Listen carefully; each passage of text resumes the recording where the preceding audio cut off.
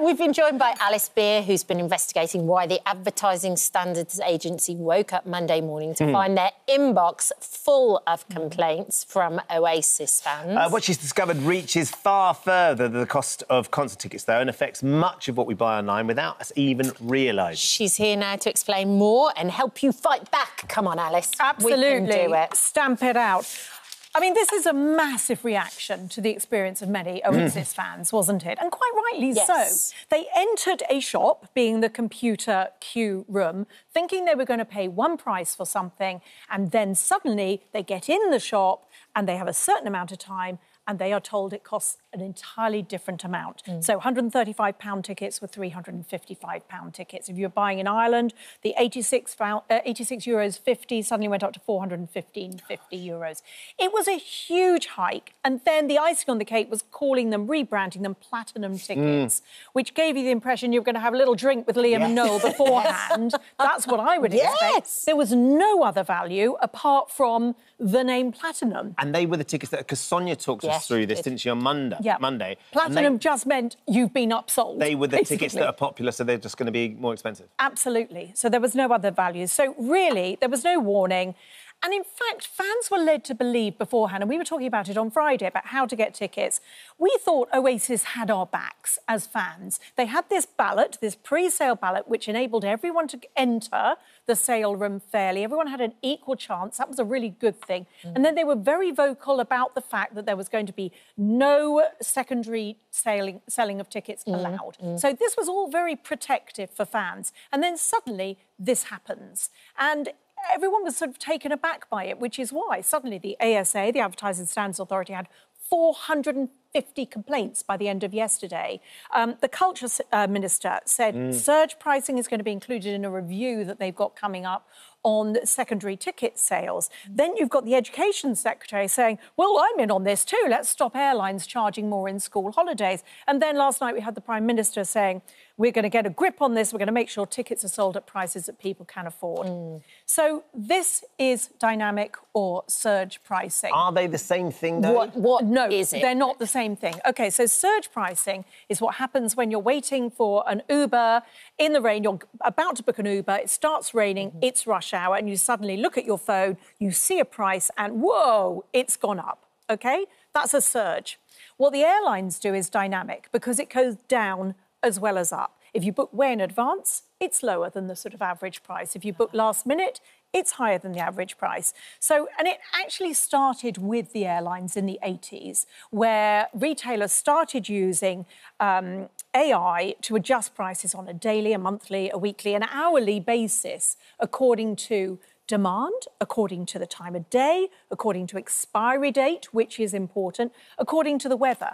So this is what started happening. And really, consumer law hasn't actually caught up with the sophistication of what's happening now in our shops. So dynamic pricing, surge pricing is not illegal, so long as the prices are... There's no limit to how much they can go up, so long as you make it very clear what's going to happen, consumers have enough time to make a judgment call. I would question that on the Ticketmaster example, so long as it's all transparent. Now, I'm not sure in this last example, this last weekend, that it was totally transparent because people didn't know what was going to happen. And they felt panicked when they got to the front of the queue as well. That was the other thing. Well, you've sat in that queue for hours and hours and hours. My friend, she was on for 8 hours, then it crashed as she got there. But sat for hours and hours and hours, and suddenly you're confronted with a price that is 3 times higher than you thought it was going to be. You'd go, I've just got to get it. I've just got to get these tickets. Absolutely. And people have... There's a lot of people with remorse out there, buyer's remorse. I'm sure they'll be able to resell their tickets through a formal... through the correct channels, because you're allowed to resell at the price you book it for plus... you bought it for plus selling fees. So they will be able to resell those tickets if they have to. There'll be the demand. Undoubtedly, it makes the retailers more money. Ticketmaster are going to make more money. They're going to make 10% on a sale. Of course, they made more money over the weekend than they would have done if they kept them at the same prices. But it is a good economic practice, largely. If you think about a surge pricing with Ubers, so the prices go up in the rain. Not only we have to pay more, but it also pulls drivers in, because it's a more attractive ride, to the area that is busy. So actually, suddenly, there's more drivers available to deal with the demand. So it's good.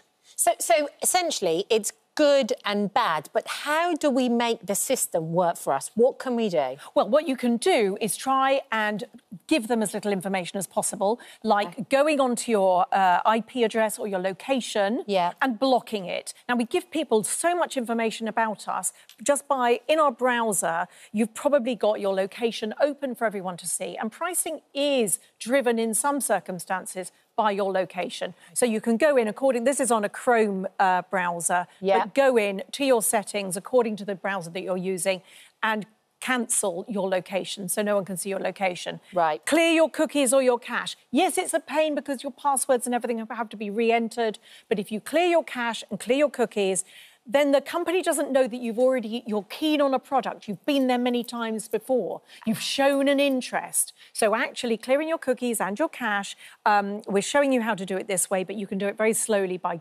searching how to do it on your particular device.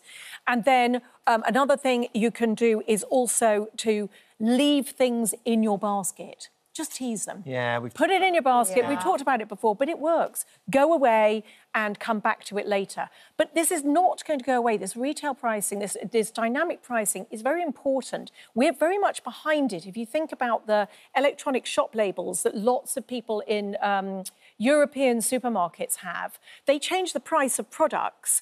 Somebody in a back room or in an office can change all the prices on all the shelves with just a little tap on the keyboard, which means that croissants before breakfast cost a completely different price to croissants after breakfast. So, and it's right. German supermarkets who did this had a 2.5% increase in profits, but 30% decrease in waste. Yeah, so really important. And this model is not going anywhere. It's an economic model that's going to happen. So you have to protect yourself and also be very aware that when you're entering a zone where there is this kind of dynamic pricing, that you're ready for it. But I think that Ticketmaster, who have said that in-demand ticket prices were agreed in advance with the artists and the management, they used that pricing model to discourage ticket touts by setting prices closer to the market value. So trying to put off touts, basically. But I think there will be questions to be asked. And I think the government will step in on this one. Yeah. Be interested to see what happens. Alice, thank you very much. Thank you for visiting our This Morning YouTube channel. We upload new content every day, so go ahead and hit that subscribe button so you don't miss out. And we'll see you in the morning.